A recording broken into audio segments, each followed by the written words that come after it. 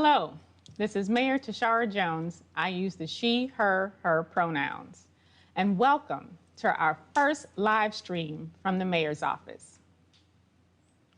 It's been a busy first week in our office, so we have a whole host of updates to share with you. And I'm so glad that you could join us today. So first, we're going to give you an update on COVID-19. And now it's moving too slow. So we're going to do this. Here we go. Our current cumulative case count for the city of St. Louis is 21,585. Our daily case count and percent positivity has been slowly trending upward in April. On April 5th, the 7-day average for cases was 21, and now it's up to 32 as of April 23rd. Vaccines appear to be playing a part in transmission dynamics. And currently, adults ages 70 plus only make up about 5% of new cases. Younger people who have lower rates of vaccinations, and we're going to speed it up again, still make up the lion's share of cases. Ages 0 to 19 represent roughly 30% of new cases, and 20 to 39, another 30 to 35%. As we come up on summer break, parents need to protect their children through COVID-19 safety measures, including wearing a mask, social distancing, and good hand hygiene. If you haven't received a COVID-19 vaccine, visit the Dome downtown, 8 to 6 p.m., 7 days a week. It's no cost, it's free, no IDs required, and no appointments required, so walk-ins are welcome. The vaccine is effective, but it's not a cure-all. Vaccine recipients still need to follow safety measures like wearing a mask, social distancing, and good hygiene as the community works towards herd immunity. I got my vaccine, so you get yours. A couple of days ago, I visited our state capitol with our new treasurer, Adam Lane, to meet with Governor Parson, Lieutenant Governor Kehoe, and other state officials in the House and the Senate. As a former member of the Missouri House of Representatives, it was good to see some of my former colleagues. I was excited to hear that the governor and I are in alignment on several important priorities that will help St. Louisans thrive, like workforce development, infrastructure, and early childhood education. I want to thank State Senator Carla May and State Representative Rasheen Aldridge for their wonderful hospitality during my visit. And I look forward to working with them and welcoming the Senate and House leaders this summer after session's over so we can get to know each other a lot better. Last Saturday, I visited both the City Justice Center and Medium Security Institution called or the Workhouse. I witnessed conditions that were way below standards for any human to be held in. As far as COVID-19 protocols, detainees only get 2 masks a week. Testing was inconsistent, and when they asked for it, and those who were negative were still kept in cells with those who tested positive. They had substandard food, lack of running water, and other things. Some didn't have functioning toilets. If the water was running, they said it was mold and mildew coming out of the faucet. It was unclean and unsanitary, and we talked to detainees in both locations. They feared retaliation for speaking up, and detainees we spoke to in both locations mentioned being bear maced. Some we talked to were still in the clothes that they were maced in. Complaints were filed inconsistently. Some were simply thrown out without proper documentation. And it's very important to remember the majority of the detainees have not been convicted of a crime. They are not criminals. They deserve a fair and speedy trial as guaranteed by the Constitution. And we want to make sure they get their day in court and not left in such deplorable conditions.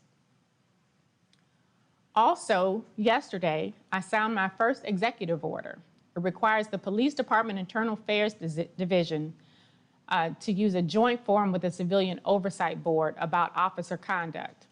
The Police Department avoids accountability by using an old form internally, not the creation of this new one.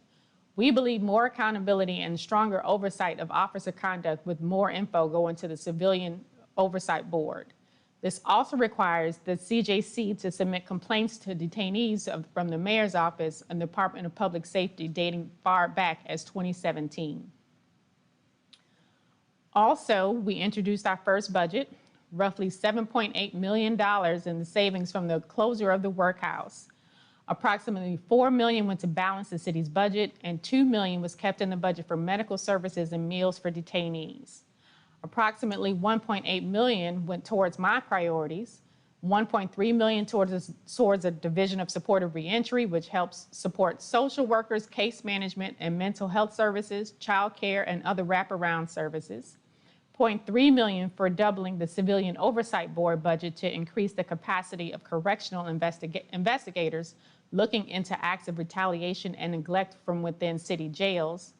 $0.15 million for community visioning and planning around the improvements to the workhouse, the municipal courts, and St. Louis Metropolitan Police Department headquarters. This morning, we also put an amendment forward to take $4 million from police staffing from the budget and this was allocated from positions that haven't been filled for over a decade. Let's be clear, no officers will lose their jobs from this budget amendment, and there's no hiring freeze. The budget still leaves about 50 positions open, and $1.5 million will be allocated to the Affordable Housing Trust Fund, $1 million towards victim support services, including supporting funeral expenses, medical needs, child care, mental health support, case and crisis management, as well as trauma-informed support. $1 million towards increasing the capacity of the Department of Health and Human Services to support our unhoused, $500,000 towards affirmative litigation in the City Councilor's Office to provide legal support to the Civil Rights Enforcement Agency. That's a mouthful. So coming up, this Saturday, May 1st, at 3 o'clock will be our first meeting of our Stimulus Advisory Board, and Zoom info will be published for this meeting real soon. We are still accepting applications for jobs with my administration, so visit Tishaura4mayor.com/jobs. We're still in transition, but look forward to opportunities for city employees and residents to visit during open office hours, so keep a lookout for more information in the coming weeks. That's all I have for now, and I think we have a few questions. So Mayor Jones, what is next for you? What's next on the horizon? Oh, what's next on the horizon? We never know what the next week is going to bring. We're going to continue our transition, continue hiring and interviewing people. We have a visit from the EPA coming up soon to visit our water treatment plants. We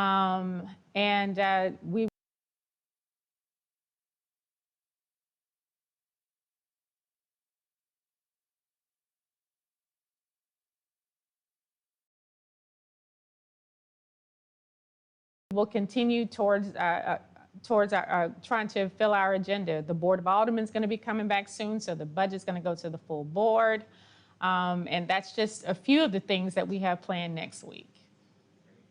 Andrew wants to know, will we still be able to pay the same amount of overtime and fill the needed positions in the police department? So Andrew wants to know about overtime. No overtime was touched. These were simply vacant positions that have gone vacant for almost 2 decades.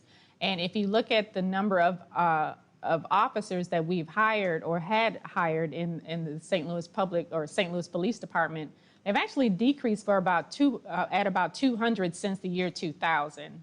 So this shouldn't affect overtime, but also we're going to put in some more measures to try to manage overtime better. Great. So there's a lot of concern about the crime on Highway 70. Can you speak to that? Yes, so our current Public Safety Director, Dan Isom, has been working with State Highway Patrol to try to combine our efforts there with patrolling our highways. So look for more information from that next week. You mentioned 50 open positions for police officers still in the budget. Are those exclusively for police? Yes, those open positions are exclusively for police, and we also have to take into account there are about 40 plus cadets right now in our cadet academy. Great. And then in what new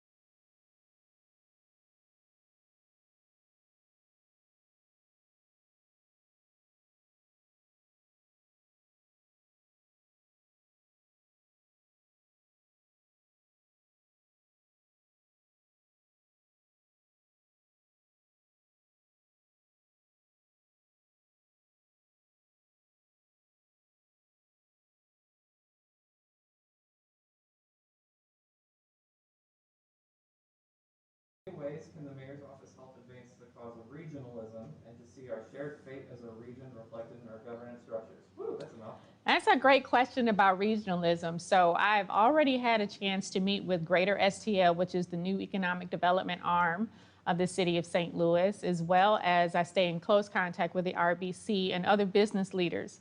But also, I have constant conversations with Sam Page and Wesley Bell and other regional leaders to the west and to the east.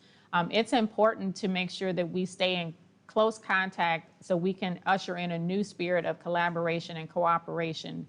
And also, look, next week we will be announcing new health orders, and we're trying to make sure that St. Louis's health orders are aligned with St. Louis counties. And can you speak to the status of the ADA transition plan? I cannot speak to the status of the ADA transition plan because I don't have information on that, but we will do some research and get back to you. Great. And then talk a little bit more about your economic development plans, not just here, but more regionally. So regional economic development is something that we haven't yet had a chance to get on because, again, we've only been here 9 days. But right now we're about to hire the new executive director of SLDC. That recruitment process is continuing. They are narrowing down their top candidates, and we'll be interviewing those candidates, and hopefully we'll make a selection and announcement soon of who's going to lead the SLDC into the future. And hopefully it'll be someone that also sees that we are one region, and we'll make sure that we're aligning our efforts for regional economic development, not just for the city of St. Louis. And then lastly, what is your plan to help with the unhoused?